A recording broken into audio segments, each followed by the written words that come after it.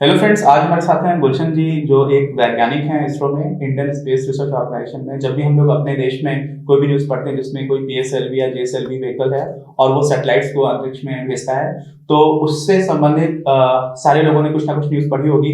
क्या होता है एग्जैक्टली इसरो में, कौन कौन से ऐसे फील्ड है जहाँ पर इसरो काम करता है, और इसरो में एक साइंटिस्ट बनने के लिए क्या करना पड़ता है, और एग्जैक्टली वहाँ पर जो साइंटिस्ट हैं वो क्या क्या काम करते हैं। और साथ ही में गुलशन और मैं, हम लोग साथ में स्कूल में थे, तो हिंदी मीडियम बैकग्राउंड से हम लोग रहे हैं। कक्षा 12वीं तक हमारी पढ़ाई हिंदी में हुई है। तो हिंदी मीडियम स्टूडेंट्स के लिए कितना डिफिकल्ट होता है इस तरह के ऑर्गेनाइजेशंस में जाना, और क्योंकि जो भी काम होता है वो इंग्लिश में ही हो रहा होता है, तो उसमें किस तरह का ट्रांजिशन में कोई डिफिकल्टी आती है या नहीं आती है, इन सारे विषयों पर बात करेंगे। तो आपका बहुत बहुत स्वागत है गुलशन अपनी क्लास में, और सारे लोगों की मदद करने के लिए आपका बहुत बहुत धन्यवाद। तो सबसे पहले तो जो परसेप्शन होता है आम जनता का कि इसरो में सैटेलाइट छोड़ने का काम होता है, वो कहाँ किस हद तक सही है, अगर हम देखें कि कुछ और भी करता है या नहीं करता है। तो धन्यवाद अंकुर, मुझे मौका देने के लिए अपनी क्लास के प्लेटफॉर्म पे। और जैसे कि आपका प्रश्न है कि इसरो जो सैटेलाइट छोड़ता है उसमें किस किस स्तर पे काम होता है और कहाँ काम होता है। तो इसरो एक ऑर्गेनाइजेशन है जिसके मल्टीपल सेंटर्स हैं, बहुत सारे सेंटर्स हैं पूरे देश में अलग अलग जगहों पे। और उन सेंटर्स की जो भौगोलिक लोकेशन है वो भी उनके कार्य के हिसाब से रखी गई है। तो इसरो के मोस्ट ऑफ द लॉन्च आपने देखा होगा शार से होते हैं, जो श्रीहरिकोटा जो स्पेस पोर्ट है इंडिया का। श्रीहरिकोटा आंध्र प्रदेश के पोर्ट के किनारे स्थित है, आइलैंड है बेसिकली। तो उसको वहां पे इसलिए रखा गया है क्योंकि उसके चारों तरफ समुद्र है, और लॉन्च करने के लिए सेफ्टी पैरामीटर्स के हिसाब से ज्यादा बेटर है। तो इसरो में लॉन्च का काम शार पोर्ट से होता है। असेंबली जो फाइनल असेंबली है वो भी शार पोर्ट पे होती है। जो पेलोड्स के काम है वो डिपेंड करता है कि आप सैटेलाइट कौन सी छोड़ रहे हो। तो मोस्ट ऑफ द जो पेलोड्स हैं वो हमारे अहमदाबाद में सेंटर है, अंतरिक्ष उपयोग केंद्र, स्पेस एप्लीकेशन सेंटर, वहाँ पे बनाए जाते हैं। और उनमें टेलीमेंट्री और कम्युनिकेशन का जो काम होता है, दूरसंचार और सैटेलाइट से बात करने का जो तरीका होता है, वो बेंगलोर में आईसैक करके सेंटर है, वहाँ पे होता है। और टेक्नोलॉजी डेवलपमेंट वीएसएससी और एलपीएससी, ये दो सेंटर्स हैं इसरो के, बहुत ही बड़े सेंटर्स हैं जिनमें प्रोपेलेंट का काम होता है, और वीएसएससी में गाइडेंस और बहुत सारी चीजें अलग अलग स्तर पे होती हैं। तो ये बाकी सारे सेंटर्स मिलकर काम करते हैं कोऑर्डिनेटेड वे में, और तब जाके आप लोग जो लॉन्च देख पाते हैं वो होते हैं। ओके। तो एक बहुत जनरलाइज क्वेश्चन होता है बहुत सारे लोगों का हम में से, कि सैटेलाइट्स एग्जैक्टली हमारी लाइफ को किस तरह से बदलते हैं। तो बचपन में हम लोगों ने पढ़ा कि कम्युनिकेशन में बहुत हेल्प करते हैं, लेकिन ऐसे कौन कौन से रियल लाइफ में चेंजेस आए हैं हम लोग की लाइफ में जो हम देख पा रहे हैं, जो सैटेलाइट्स भेजने की वजह से संभव हो पाए हैं। तो सैटेलाइट्स का एक्चुअली हमारे जीवन में बहुत बड़ा रोल है, और परोक्ष रूप से सैटेलाइट काम करते रहते हैं हमारे लिए। आप आजकल जो डीटीएच देख पा रहे हैं, घर बैठे आपको टेलीविजन डिश लगी है और डायरेक्टली उसमें सारे चैनल्स हाई बैंडविड्थ में आ पाते हैं, वो सब एक सैटेलाइट कम्युनिकेशन सैटेलाइट की वजह से ही हो रहा होगा। फिर सैटेलाइट फोन्स हैं कि आप प्लेन में हो या जहाज में, पहाड़ों पे हो या ऐसी जगह पे जहाँ पे सेलुलर टावर है ही नहीं, कोई गया ही नहीं है, वहाँ पे भी सैटेलाइट आपको दे सकता है। फिर अपनी लोकेशन आप देख रहे होंगे, जो आजकल लोग जीपीएस यूज करते हैं, इसरो का भी अपना एक वर्जन है नाविक, आप लोगों को पता ही होगा। तो उस पर भी काफी तेजी से काम चल रहा है। स्पेस सेगमेंट तो पूरा रेडी हो चुका है, अभी बस ग्राउंड सेगमेंट में थोड़ा सा काम बाकी है। फिर आप लोग अपने फोन्स में भारत का खुद का एक नेविगेशन प्रोडक्ट यूज कर पाएंगे नाविक नाम से। तो हम लोग बेसिकली जीपीएस के एक ऑल्टरनेटिव बन जाएंगे, जीपीएस से अच्छी एक्यूरेसी दे पाएंगे अपने भारतीय भूखंड में। इसके अलावा रिमोट सेंसिंग सैटेलाइट्स होती हैं, उनसे हम पता लगाते हैं कि अलग अलग जगह पे सॉइल कैसी है, सॉइल में मॉइस्चर कैसा है, और कितनी खेती हो रही है, कितना वेजिटेशन है। और इसके अलावा ऑप्टो सैटेलाइट्स होती हैं जिनसे हम लोग इमेजरी लेते हैं। वो इमेजरी बहुत जगह काम आती है, हमारी सेना भी यूज करती है इमेजरी को, कि कौन से स्ट्रेटेजिक चेंजेस हुए हैं बॉर्डर पे क्या परिवर्तन हो रहा है, वो सब हम देख पाते हैं। और उसके अलावा पूरे इन जनरल हमारा जो पूरा देश का भौगोलिक नक्शा है, पूरे ऊपर से देखने से हम लोग बहुत सारी चीजें कोरिलेट कर पाते हैं कि कहाँ पे कैसा है। कभी कोई आपदा आती है तो आपदा के बारे में हम लोग क्लियर रिएक्ट कर पाते हैं। उसके अलावा मौसम विभाग हमसे काफी डेटा लेता है। तो इसरो की वजह से आपको पता होगा, अभी उड़ीसा में भी काफी बड़ी आपदा आई थी कुछ महीने पहले। तो इसरो के इनपुट की वजह से, जो इसरो ने टाइमली इनपुट दिया था आईएमडी को और जो national disaster relief and DRF को, तो उनकी वजह से वो काफी पहले से तैयार हो पाए कि इतनी बड़ी आपदा हमारे सामने है, तो वो पहले से रेडी हो पाए। तो ये सब काम है सैटेलाइट्स के। ऐसे ही बहुत सारे हैं, और अभी एप्लीकेशन दिन पर दिन बढ़ती जा रही है। जैसे हमारी और एप्लीकेशंस आ रही हैं, जैसे एक इसरो डेटा भी देता है अपना प्राइवेट सेक्टर को, तो उस डेटा का यूज करके लोग काफी चीजें पता लगा पाते हैं कि कहाँ पे कितनी खेती हुई है, कितना नुकसान हुआ है, किसानों को कितना फायदा और नुकसान हो रहा है, वो सब चीजें पता लगा पाते हैं। मतलब बहुत सारी ऐसी चीजें हमारी रोजमर्रा की लाइफ में जो इन जनरल हमें आइडिया नहीं होता, बट इनडायरेक्टली बहुत सारे सैटेलाइट्स छोड़े गए हैं, भेजे गए हैं, उनकी वजह से हमारी लाइफ में बहुत बड़ा एक विजिबल इंप्रूवमेंट हुआ है। लेकिन वो जानकारी के अभाव की वजह से कई लोग वो डायरेक्टली कनेक्ट नहीं कर पाते कि क्या क्या सुधार हुआ है हमारे जीवन में, राइट? अच्छा, अब एक और जो क्वेश्चन हमारी ऑडियंस के लिए बहुत ज्यादा रिलेवेंट है वो है कि साइंटिस्ट बनना है इसरो में तो करना क्या होगा उसके लिए? तो कैसी जर्नी रही, और कोई 11th या 12th में पढ़ने वाले स्टूडेंट है और वो चाहता है कि वो इसरो में साइंटिस्ट बने, तो उसके लिए आपके क्या सजेशंस होंगे? देखिए 11th-12th में अगर किसी को कुछ भी करना है तो मेरा तो पहला सजेशन ये रहेगा कि 11th-12th की पढ़ाई को बहुत ही मन लगा के फोकस्ड वे में पढ़ाई करें 11th-12th की, क्योंकि मुझे लगता है वो 2 साल सबसे ज़्यादा इंपॉर्टेंट है आपकी आगामी जीवन के लिए। और आप सबको पता ही होगा जेईई करके एग्जाम होता है, तो आप जेईई करके किसी भी अच्छे कॉलेज से आप बीटेक करिए, क्योंकि इसरो में अगर आपको साइंटिस्ट जाना है तो you should have at least BTech. जैसे मैंने बताया कि 2 तरीके होते हैं इसरो में जाने के अभी। तो एक पहला तरीका ये है कि आप आईएसटी में एडमिशन ले लीजिए, और एक पर्याप्त ग्रेड जो कि अभी 7.5 है मेरे हिसाब से, वो कंसिस्टेंसी मेंटेन रखिए, और 4 साल बाद अगर आपका ग्रेड 7.5 CGPA रहता है तो आपको इसरो में ले लिया जाएगा एज ए साइंटिस्ट। दूसरा तरीका है कि इसरो का एक केंद्रीकृत भर्ती का कार्यक्रम होता है, ICRB बोलते हैं, इसरो सेंट्रलाइज्ड रिक्रूटमेंट बोर्ड। तो उसकी परीक्षा होती है अलग से, उसके मल्टीपल चरण होते हैं, कई सारे, पहले लिखित परीक्षा होगी, फिर इंटरव्यू होगा, तो आप उसमें उसके थ्रू भी इसरो में आ सकते हैं। तो ये 2 तरीके हैं। तो बेसिकली आपको अगर अभी आप 11वीं और 12वीं कक्षा में है तो मेरा तो सजेशन यही रहेगा कि आप 11वीं 12वीं के जो पाठ्यक्रम है उसको बहुत ही तल्लीनता से एकदम फोकस वे में उसकी पढ़ाई करें, ज़्यादा इधर उधर भटके नहीं। और एक बार आपका किसी अच्छे कॉलेज में हो जाता है, और कॉलेज में जाके भी अगर आप अच्छे से पढ़ाई करते हैं तो आप ICRB भी निकाल सकते हैं और IST के थ्रू भी जा ही सकते हैं, तो दोनों ही तरीके हैं। ओके, तो जैसा आपने बताया कि 2 तरीके हैं साइंटिस्ट बनने के, जिसमें पहला बताया कि IST, Indian institute of science, space science and technology, वहां पर जाकर के अगर आप 7.5 CG अपना CPA मेंटेन रखते हैं तो आप को एज ए साइंटिस्ट इसरो में सिलेक्शन हो जाता है। तो ये काफी स्ट्रेट फॉरवर्ड लग रहा है एज कम्पेयर टू जो अदर चैनल्स हैं। तो IST में सिलेक्शन होने के लिए, IST में जाने के लिए क्या करना होता है? IST में अभी करंट में तो IST में एक एग्जाम होता है जो जेईई एग्जाम होता है बेसिकली। तो आप जेईई मेंस आप क्वालिफाई कीजिए, फिर जेईई एडवांस में भी एक सर्टेन थ्रेशोल्ड रहता है लर्निंग IST में एडमिशन के लिए, तो आप थ्रेशोल्ड पार कीजिए और फिर आपकी काउंसलिंग होगी बेस्ड ऑन आपकी रैंक, और IST में आपको सिलेक्शन मिलेगा। ओके, तो बाकी इन जनरल जैसे किसी भी स्ट्रीम में बीटेक किया हो तो उनको भी क्या जैसे सिविल है या मैकेनिकल है या फिर इलेक्ट्रिकल है, इलेक्ट्रॉनिक्स, बहुत सारे स्ट्रीम्स में लोग कर रहे होते हैं, तो कौन कौन से स्ट्रीम से जिसमें करना चाहिए अगर उनको साइंटिस्ट बनना है? हाँ, तो इसरो में सबसे ज्यादा रिक्वायरमेंट 3 ब्रांचेस की रहती है, एक इलेक्ट्रॉनिक्स की, एक एरोस्पेस और एक मैकेनिकल। मतलब ये मेजर चंक है जो इसरो रिक्रूट करता है स्ट्रीम से। इसके अलावा कंप्यूटर साइंस की भी काफी रिक्वायरमेंट रहती है, और सिविल की भी कुछ कुछ रिक्वायरमेंट रहती है, और इलेक्ट्रिकल की भी कुछ कुछ रहती है। ओके ओके ओके, तो जो भी सिलेक्शन प्रोसेस है उसमें आपने किस डिसिप्लिन से बीटेक किया है वो मैटर करता है? जी, ओके, क्योंकि इसरो की जो वैकेंसी आती है वो डिसिप्लिन बेसिस पे ही आती है। इलेक्ट्रॉनिक्स इंजीनियर मांगेंगे या फिर कंप्यूटर साइंस मांगेंगे या फिर मैकेनिकल मांगेंगे, वो लिखा रहता है। एक रेगुलर सिटीजन होता है वो भी अपने देश के लिए बहुत तरह का काम कर रहा होता है, लेकिन जैसा भी थोड़ी देर पहले हुआ था कि जब भी हम लोग साइंटिस्ट को देखना स्टार्ट करते हैं तो एक अलग तरह की रिस्पेक्ट आ रही होती है, और साथ में पूरे समाज को एक नई डायरेक्शन में आगे ले जाने का काम आप लोग करते हैं, तो वो बहुत ही इंपॉर्टेंट चीज है। लेकिन जो डे टू डे लाइफ है वो किस तरह की होती है इसरो में, और किस तरह के चैलेंजेस आते हैं, वर्क कल्चर कैसा है, इसके बारे में आप कुछ बताएंगे? तो जब मैंने जो इसरो ज्वाइन किया था तो मुझे भी अलग अलग तरह की महत्वाकांक्षाएं थी, अलग अलग तरह की उम्मीदें थी इसरो से, जो कि इसरो ने काफी हद तक पूरी भी करी है। इसरो में जब आप काम करने जाते हो तो आपको बहुत ही लर्नेड लोगों के साथ काम करने का मौका मिलता है, बहुत ही सीनियर साइंटिस्टों के साथ काम करने का मौका मिलता है जिन्होंने अपनी फील्ड में बहुत अच्छे अच्छे काम किए हैं, जो कि पायलट्स हैं अपनी फील्ड में। काफ़ी कुछ सीखने को मिलता है। ओवरऑल फ्रेटर्निटी काफ़ी एजुकेटेड है। अगर मैं बहुत ब्लंटली बोलूँ तो compare to all government job से इसरो में जो फ्रेटर्निटी है वो जनरली एजुकेटेड ही आती है, क्योंकि चैनल्स ही इस तरह के हैं और रिक्वायरमेंट्स उसी प्रकार की है। तो इसरो में वर्क कल्चर भी उस तरह से काफ़ी अच्छा है।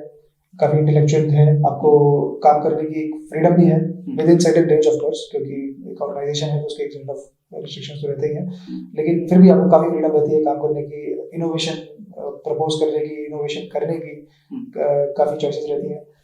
और इसरो में काफ़ी इनोवेशन इस समय हो रहे हैं अलग अलग स्तर पे, अलग अलग फील्ड्स में। इसरो एक बहुत ही डाइवर्स ऑर्गेनाइजेशन है जो कि बहुत ही अलग अलग डाइवर्स फील्ड्स में काम करती है। तो इसरो के साइंटिस्ट एक होंगे जो रॉकेट साइंस यूज करके लॉन्च व्हीकल में काम कर रहे होंगे, और दूसरा साइंटिस्ट एकदम इलेक्ट्रॉनिक्स में ऐसे ही कुछ पेलोड बना रहा होगा जिसका उससे कोई डायरेक्ट रिलेशन भी नहीं है। कुछ लोग रिमोट सेंसिंग में काम कर रहे होंगे, कुछ लोग डेटा जो आता है सैटेलाइट से उसको प्रोसेस करने में काम कर रहे होंगे नेचर में। तो बहुत ही मिक्स है, एक तरह से mix and match of every stream इस तरह से कह सकते हैं। और दूसरी चीज़ ये भी है कि आप भले ही किसी भी स्ट्रीम के हो, इलेक्ट्रॉनिक्स में जैसे आप जाते हो तो आपको लेकिन काम करने का मौका और भी फील्ड से मिलता है, काफ़ी डाइवर्सिफिकेशन हो जाता है, आपका एक्सपोजर भी अच्छा हो जाता है। और सिंस आप कटिंग एज टेक्नोलॉजीज पे काम कर रहे होते हो तो आपको काफ़ी ज़्यादा अपॉर्चुनिटीज लर्निंग की मिलती है। ओके ओके, अच्छा। तो एक बहुत सारे जो हमारी ऑडियंस है उसमें बहुत सारे हिंदी मीडियम के स्टूडेंट्स रहते हैं, और आप भी हिंदी मीडियम से, मैं भी हिंदी मीडियम से रहा। तो बहुत सारे लोग इंग्लिश को लेकर के काफ़ी हेजिटेशन होता है, स्पेशली इंटरव्यूज में।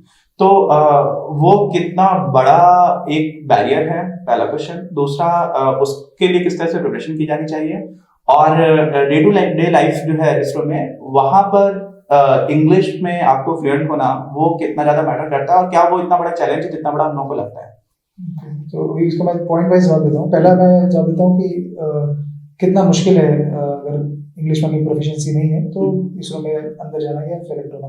तो इसरो के इंटरव्यू हिंदी में भी होते हैं, इंग्लिश में भी होते हैं, आप पहले डिफाइन कर सकते हैं।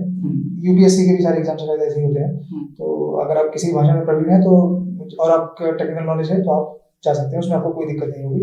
अभी दूसरा सवाल है कि इंग्लिश में अगर आप प्रोफेशनल नहीं है तो आपको वर्क प्लेस पे कितना मुश्किल होता है। तो वो डिपेंड करता है थोड़ा सा सेंटर टू सेंटर पे, और क्योंकि इसरो में पूरे पैन इंडिया लोग काम करते हैं, कुछ लोग बंगाल से भी होंगे, कुछ लोग साउथ से भी होंगे, कुछ लोग आसाम से भी हो सकते हैं, और अपने नॉर्थ इंडिया के भी हो सकते हैं। तो सबका एक कंफर्ट जोन होता है अलग अलग अपनी अपनी लैंग्वेजेस में। लेकिन इंग्लिश एक ऐसी लैंग्वेज है जिसका हर जगह यूज हो जाता है, तो एक कम्युनिकेटिंग एक मीडियम बन जाता है इंग्लिश। लेकिन उसके लिए भी घबराने की जरूरत नहीं है। मैं भी हिंदी मीडियम से था और मुझे हिंदी से बहुत ज़्यादा प्रेम भी है। मैं कोशिश करता हूँ कि हिंदी में बात करूँ, लेकिन इंग्लिश सीखने के लिए हिंदी मीडियम विद्यार्थियों को इतनी कोई दिक्कत नहीं होनी चाहिए, वो होती भी नहीं है। थोड़ा सा भी अटेम्प्ट करके आप लोग बहुत इजीली इंग्लिश में प्रवीण हो सकते हैं। एटलीस्ट टॉकिंग इंग्लिश जिसको हम लोग बोलते हैं वो बहुत इजीली आ जाती है। और हिंदी मीडियम के विद्यार्थियों के साथ एक बेनिफिट ये मुझे लगता है कि उनकी ग्रामर बहुत अच्छी होती है कंपेयर टू बाकी स्ट्रीम्स में। मैं एक्चुअली शायद ये जनरलाइज कर रहा हूँ, लेकिन जिस हम लोग को यूपी बोर्ड में पढ़ा है तो हमने फेस किया था कि यूपी बोर्ड में काफी स्ट्रिक्ट ग्रामर और काफी हाई स्टैंडर्ड्स हैं ग्रामर के। तो वो एक एडवांटेज रहता है हिंदी मीडियम के स्कूल के बच्चों को मेरे हिसाब से। मतलब ग्रामर पर अपनी पढ़ाई करने के टाइम पर जो ग्रामर उस पर काफी फोकस करते रहेंगे तो वो एक नया एडवांटेज निकल करके सामने आपको दिखेगा कि जब आप एक्चुअली इंग्लिश को बोलना स्टार्ट करें और यूज करना स्टार्ट करें तो वहाँ पर जो हेजिटेशन अगर आप उसको हटा लेंगे तो फिर उतने चैलेंजेस शायद नहीं आएंगे। बिल्कुल। Okay okay. तो बहुत सारे स्टूडेंट्स हैं और आप साइंटिफिक कम्युनिटी से आते हैं, तो साइंस एज अ सब्जेक्ट और science as a way of life क्यों हमारे लिए इम्पॉर्टेंट है, क्या उसकी रेलेवेंस है, और हमें जैसे बहुत सारी गवर्नमेंट ने साइंस में एक्सपेंडिचर को बढ़ाने की कोशिश की है, जिसको लेकर के बहुत सारे कमीशंस ने शिकायत भी की कि उस लेवल पर हम नहीं जा पाते हैं। और कई बार इस तरह की बात भी आती है कि भारत जैसे देश में बहुत ज्यादा गरीबी है या बहुत सारी प्रेसिंग नीड्स हैं, डायरेक्टली हमें दिख रहा होता है कि डिफेंस में भी हमें खर्चा बढ़ाना है, लोग को और अच्छा न्यूट्रिशन प्रोवाइड करना है, ग्लोबल हंगर रिपोर्ट जैसी चीजें भी आती है जिसमें हम लोग बहुत पीछे हैं। तो इन सारे क्वेश्चंस के बीच में आपकी क्या राय है, आपको क्या लगता है कि क्या होना चाहिए और क्यों इम्पोर्टेंट है ये सारी चीजें? देखिए, मुझे ऐसा लगता है कि साइंस की जो आवश्यकता है ना हमारे समाज में सबसे ज़्यादा है। ऑफ कोर्स हेल्थ केयर और ये सब मेडिकल चीज़ें भी हैं, लेकिन साइंस की एक आवश्यकता इसलिए ज़्यादा है क्योंकि साइंस ऐसी एक चीज़ है जो किसी भी बच्चे में या किसी भी व्यक्ति में जिज्ञासा पैदा करती है। तो जिज्ञासा बहुत ज़रूरी है, और मेरे हिसाब से तो साइंस का जो बच्चे में साइंस मतलब बच्चे को जो इंकरेज करना चाहिए साइंस के लिए बहुत ही कम एज से करना चाहिए, क्योंकि वो जो जिज्ञासा होती है ना, जब बच्चा छोटा होता है तो वो फ्रीली सोच पाता है।